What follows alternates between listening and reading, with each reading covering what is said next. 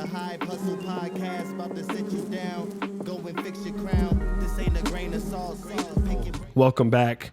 We had to let that verse simmer, y'all, because now he wants to go into the studio now, and we have a booth over there, so we didn't want to have to stop the episode. Yeah, shit, we're gonna end up recording like whole album up in this. You bitch, feel man? me? That work ethic be wild, man. You got him up. Crazy, man. Well, Tell look, my boy G Suede over there, bro. We finna start working today. Yeah, I already know, Shit. bro. You already know.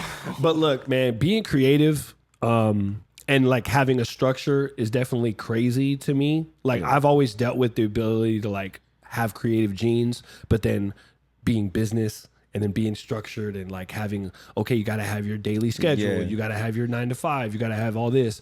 Like, how do you balance the ability to stay creative and still have a day-to-day life?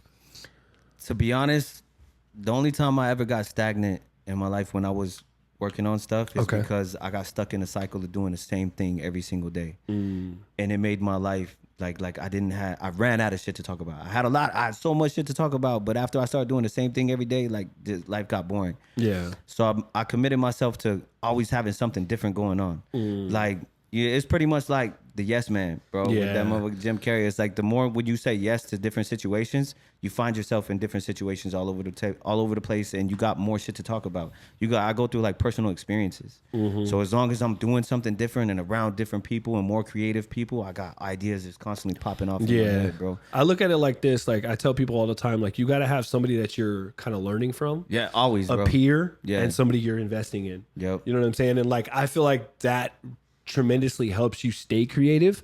And then the balance of like, being a yes man, because that yes is going to get you into a different room and that yes is going to get you in a different area, but having the boundaries to also be able to say no. There's definitely a lot of shit that I'll step away from for damn sure. But for the majority of the time, everyone's like, hey, bro, can we do this? Can we pop this off? Hell yeah, bro, let's make it happen. Yeah. And that's a big part of what keeps me so out there all the time, because I'll have someone tell me, can we record? Bro, I can make a million excuses for everything. Yeah. But if I'm making excuses, all I'm doing is hurting myself. So I'm like, let me just get up and go, bro. If I want to be that guy, I got to be that guy. Just got to do that shit. Exactly. Well, let me ask you this. You're a rapper. We just heard you spit, which is crazy. Do you think that you have an aha moment in your career? Yes. Okay. I definitely do. So mind you, like back to the beginning where I told you I was learning from these dudes that were rapping. So all these dudes used to freestyle in the car. And so there was this big competition that was going on in the city at the time. I was like 16 now. So I've been rapping for like 4 years with them. Yeah. These dudes dressed me up and was like, yo, Tana, I want you to be in the competition. Mind you, I'm going on with these people who mentored me.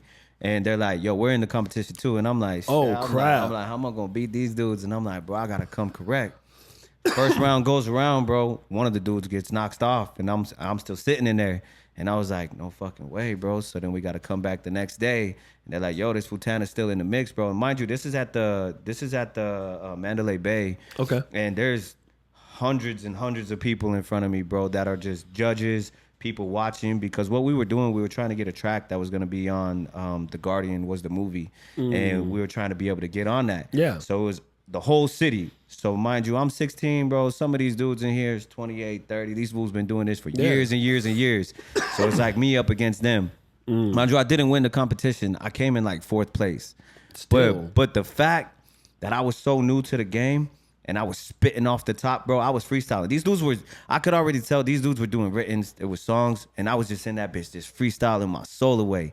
And I ain't gonna lie, I was very nervous at the moment because that was my first time being in front of that big of an audience and knowing everybody was judging every single step, every word, every little thing that I was doing. Yeah. And I was just like, how do I move this? But that moment right there changed the game for me, bro, because I walked home and I watched both of my mentors get knocked off in front of me, and I was still in that mug. And they started rooting for me like, bro, you got this shit, you got this shit. And still to this day, bro, they support me like no tomorrow, because they quit making the music and they see how far I went and how far I'm still going and everything that I'm doing, and they're inspired by what I'm doing now. They're like, bro, I wish I would have stayed with it. Yeah, just holler at me, bro. I'll put you on anything I got, bro. Literally. You guys taught me the way, bro. So it's always all love, and they inspire me to keep going too, bro, just because the faith that they have in me from where we came from and everything that we've done, bro. But that was my moment, man. That was definitely my moment. I gotta say, like, people don't really understand, like, you have to invest in somebody and then watching them go further, grow. Like I've told these guys that, you know, they work for me and we work together and shit. Like I had a guy invest in me when I was 23 years old. Yeah. Graphic design, web design, teaching me how to code, that stuff. I got an internship at an app company that was building bail bond applications for bail bonds. Sick. And the guy literally was like, "Oh, you want to learn this stuff?" I was like, "Yeah, I just don't have the money to go to school." He's like, "All right, I'm gonna teach you." You was the plug, bro. Should have sent the homies your way, bro. Bail bond applications. Literally. We built the application that like you would download on Apple and Android back then. But remember when pinging of phones first came out? Yes. We built that feature to be able to ping a cell phone. I didn't build it alone, but I was a part of the team that built it, and it was the craziest thing I ever witnessed. But that guy that taught me this, still messages me on LinkedIn every once in a while. I was like, "Yo, I'm happy for you. I'm glad you took something of it," because he's now in his 50s. And he's like, got it. His kids are grown. He's chilling. He's doing great. He owns several different companies in his life. And so he's watching me like from afar through social media. And he's like, man, like, so your big homie's telling you that, it just resonates. You know what I'm saying? Like, bro, and the same thing, we got to return the favor with your son or whoever we lead in a sense, like a youngin' that's in the game now. Like, I feel like it's each one teach one. Yeah, bro. You know like that's one of the best things about me. People know like that's one thing about me. I've never been big headed. Some people, they're like even me, like these people look at me and they think that I don't have a job. They don't think I'm doing anything. They just think that I'm just popping as a music star and I'm doing stuff. Bro, anytime anyone reaches out to me like, "Hey, bro, can you drop a track with me? Can we do this? Can we film? Can we make this happen?" I'm always like, "Yeah, send me the music. If I like it, bro, we could definitely rock. I won't even tax you type deal. Like if I see you want to come up, I'm gonna put you on and I'm gonna make sure this shit's gonna get heard by everybody, bro. Just hear that shit out." And I've done that my whole career, bro. Is because you're good. And the reason I do that is because there was a time that I wanted to record with people and I wanted to make music, and it was like, "Nah, bro." And I would be around them all day long, and they would always just give me excuses, or "You can't come to this studio," or "You can't do this." And I was trying my hardest just to jump in the game. This is before I even shot my first video, trying. And I heard a million excuses from all these people.